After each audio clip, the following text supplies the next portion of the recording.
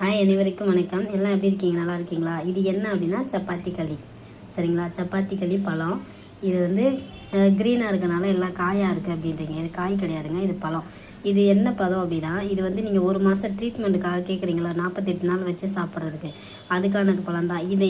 இந்த பதத்தில் நீங்கள் வாங்கினீங்கன்னா தான் நீங்கள் வச்சு சாப்பிட நல்லாயிருக்கும். சரிங்களா? இது வந்து உரம் போட்டு வளர்த்தது கிடையாது. உரம் போட்டு வளர்த்தது கிடையாது. இது இயற்கையாக விளைஞ்சது தான். காடு மலை அந்த மாதிரி போய் தான் பறிக்கிறோம். சரிங்களா? இப்போ இதுக்குள்ளே ஸ்டார் முள் இருக்குது, தெரியுதா? பார்த்தீங்களா?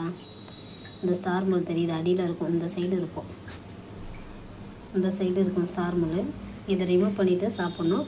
இப்படி எடுத்தோம் அப்படின்னா, உங்களுக்கு எடுக்க தெரிஞ்சிச்சு அப்படின்னா கரெக்டாக நீங்கள் இப்படி இந்த இடத்த ரொம்ப ப்ரெஷ் பண்ணாமல் இந்த இடத்த மட்டும் ப்ரெஷ் பண்ணிங்கன்னா பழம் ஈஸியாக வெளியில் வந்துடும். சரிங்களா? இப்போ நான் ஸ்டார் முள் இதில் இருக்கா இல்லை பழத்தில் இருக்கான்னு பார்க்குறேன். உள்ளார தான் இருக்குது. இங்கே பார்த்தீங்கன்னா தெரியும், இதை ஸ்டார் முள். இதை மட்டும் ரிமூவ் பண்ணிவிட்டு சாப்பிட்டா போதும். வெளியில் இருக்க முள்ளெல்லாம் நம்ம ரிமூவ் பண்ணிடுவோம். சரிங்களா? இப்போ வந்து நீங்கள் ட்ரீட்மெண்ட்டுக்கு வாங்குறீங்க அப்படின்னா நல்ல வெளியிலையும் தோலும் பழுத்து இருக்கணும்னு நினைக்காதீங்க. அது வச்சு சாப்பிட முடியாது, வேஸ்ட்டாக போயிடும்.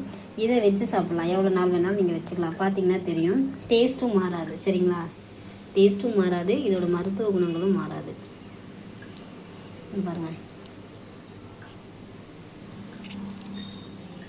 இப்போ சப்பாத்தி களி பழம் வாங்குறீங்க. இப்போ உங்களுக்கு ஏதாச்சும் இதில் குறைகள் இருந்துச்சு அப்படின்னா கண்டிப்பாக நீங்கள் ஷேர் பண்ணுங்கள். சரிங்களா?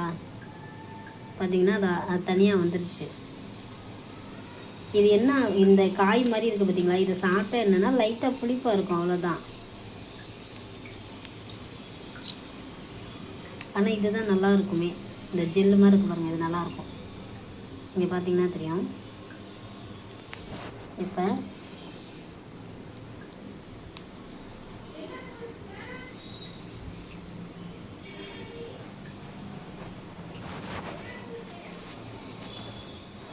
இதை கர்ப்பப்பை பிரச்சனை தீக்கிறது அப்படின்னு ஏன் சொல்கிறாங்கன்னு தெரிஞ்சுக்கோங்க.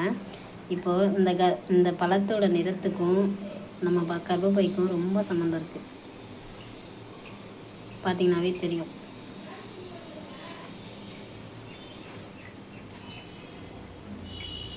ஆனால் இது ஒரு பழம் டேஸ்ட்டாக இருக்குது, ஒரு பழம் டேஸ்ட்டாக இல்லை அப்படின்றீங்க. ஒரு மண்ணும் எப்படி ஒரு மண்ணில் விளையிறது எப்படியோ அதை பொறுத்து தான் அதோட ருசி அமையும். சரிங்களா? ஒரு இடத்துல நல்லா டேஸ்ட்டாக இருக்கும், ஒரு இடத்துல டேஸ்ட் இல்லாமல் இருக்கும்.